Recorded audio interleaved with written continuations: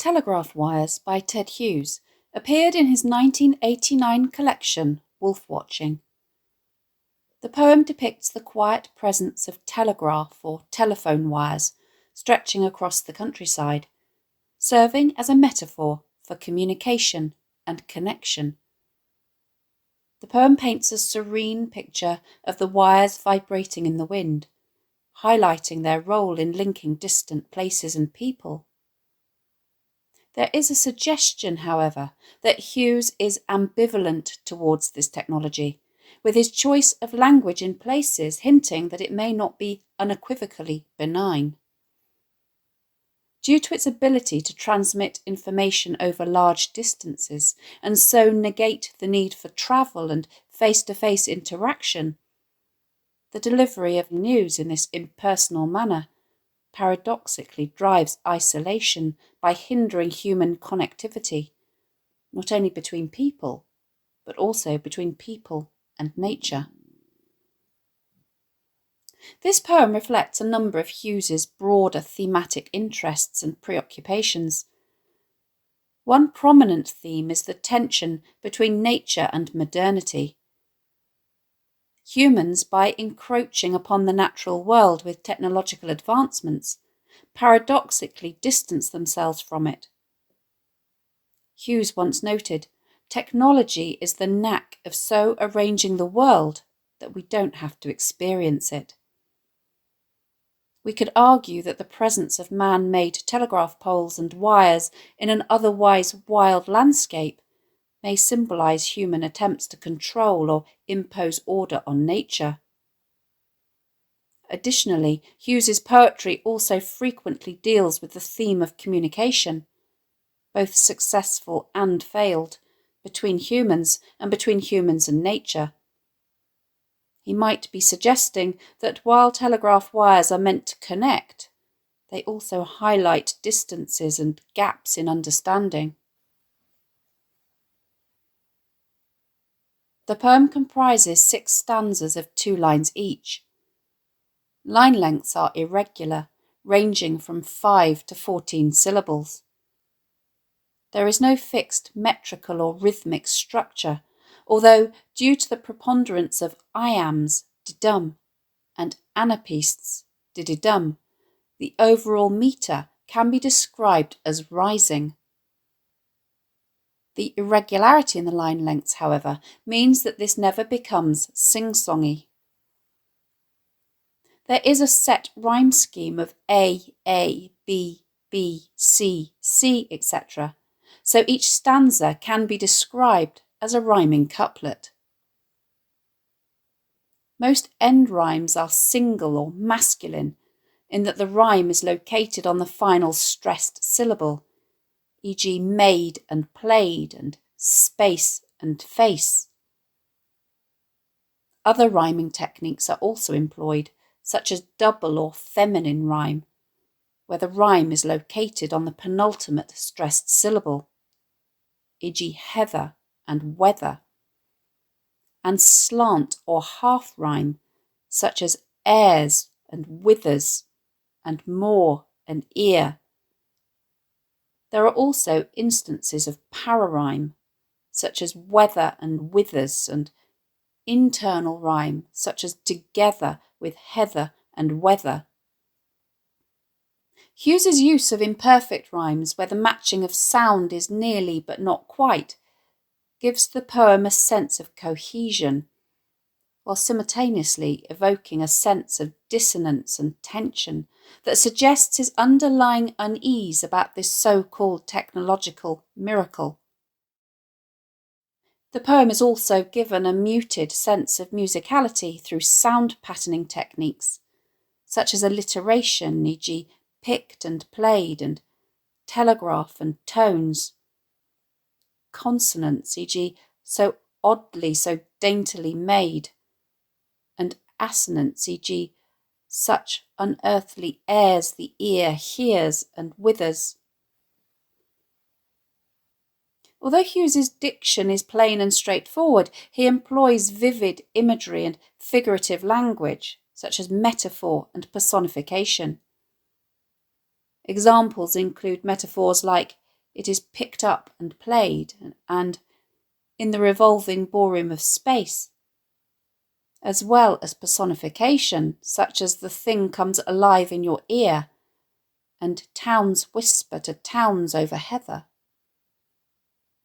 He combines these techniques with a contemplative tone to explore themes of human connectivity, the passage of information, and the contrast between natural landscapes and man-made structures. The title Telegraph Wires evokes the network of telephone wires strung up on wooden poles that dot our landscape. Although we still refer to the wooden poles themselves as telegraph poles, the term telegraph wires is somewhat outdated. By 1989, when Ted Hughes wrote this poem, the technology of telegraphy had largely been replaced by more modern communication methods, such as telephony and digital communications. It's possible that Hughes has deliberately used the term telegraph wires to evoke a sense of nostalgia and to hark back to an earlier time. This choice could emphasise the enduring presence of certain technologies in our landscape, and perhaps highlight the historical continuity of human communication methods. The term also enriches the poem with a historical dimension, suggesting a reflection on the past while commenting on contemporary issues of connectivity and isolation. The poem begins, "Take telegraph wires, a lonely moor, and fit them together." The use of the imperative mood of the verbs take and fit here is reminiscent of the instructions that you might find in an assembly manual, and suggests the matter-of-fact way that Hughes perhaps perceives humankind's attitude toward nature as a commodity to be controlled and exploited. The adjective lonely to describe the moor evokes the bleak and inhospitable moorland of both West Yorkshire, where Hughes grew up, and Devon, where Hughes lived in his later life. The caesura, the only example in the whole poem, creates a dramatic pause and emphasises the way that the telephone receiver seems to have a life of its own all of a sudden, a bit like Frankenstein's monster. The thing comes alive in your ear.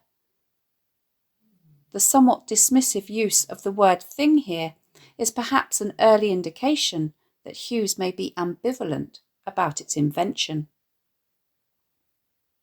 In the second stanza, Hughes describes how communication is now achievable over a long distance. Towns whisper to towns over the heather. The diacope here, with the repetition of towns, underlines their newfound connectivity.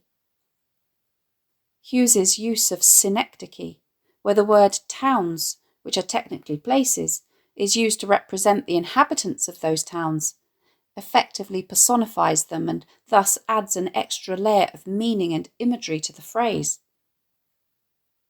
The onomatopoeic whisper not only evokes how, in the early days of telegraphy and telephony, the wires used to hum or sing due to electromagnetic interference and electric currents, but also conveys how, due to this miracle of technology, people are able to communicate at even the lowest of volumes, when previously not even a shout would have been loud enough. The fact that these towns are whispering over the heather, a plant which is found all over the moors, also perhaps conveys Hughes's feeling that people have become more detached from nature as a result. For all their magic, however, exposed as they are high above the rugged moorland, the wires cannot hide from the bad weather. For Hughes, nature always seems to have a way of fighting back or resisting humankind's efforts to make it submit to its will. In this case, so oddly, so daintily made, it's picked up and played. This metaphor suggests that a personified nature sees this network of wires as a stringed instrument that can be picked up and played at will, as the wind makes the wires vibrate, much as the wind does to make an Aeolian harp sound. Note the plosive consonants of oddly and daintily made, and the plosive alliteration of picked and played, which perhaps evokes the sound of strings being plucked. The airs or tunes that are played are, however, unearthly, suggesting that there is something eerie and discomforting about them. Indeed, the ear hears and withers. The verb withers denotes the process of becoming dry, shriveled, or weakened, and hints that there is something insidious about these sounds. Note the use of the exclamation mark to underscore this idea. In the fifth stanza, Hughes widens his focus to put humankind's technological miracle into perspective with the striking metaphor, "In the revolving ballroom of space, bowed over the moor." Here, Hughes, in a similar manner to that which we saw in his poem The Horses, depicts the cosmos as a vast, ever-rotating system of gracefully coordinated and dancing heavenly bodies, of which we are just one minute part. Another part of this universe, a bright face, perhaps the moon, draws out of telegraph wires the tones that empty human bones. Note the plosive alliteration of ballroom, bowed, bright and bones, which enhances the poem's sense of unease, as humankind is reminded that, for all of its technological advancements, nature rules supreme. Hughes draws the poem to a close on a sombre note, as he seems to be suggesting that the tones or sound we hear through these telegraph wires in some way leach the marrow from our bones, draining us of our life force. We are left with the feeling that Hughes believes that, for all our progress and technological feats, we remain vulnerable and ultimately subservient to the natural world. The juxtaposition of human innovation with the unyielding forces of the cosmos underscores a humbling truth. Our achievements, however impressive, are transient and insignificant in the grand scheme of the universe. Hughes's evocative language and vivid imagery compel us to reflect on our place within this vast, indifferent system, reminding us that our perceived control is just an illusion.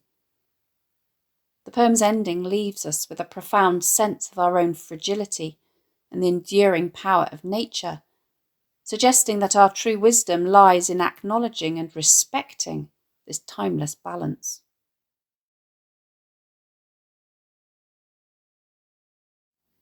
Thanks for watching. If you have any questions, please let me know in the comments section below, and I'll do my best to answer them. Don't forget to subscribe to my channel for more videos on English language topics and exam techniques and English literature texts.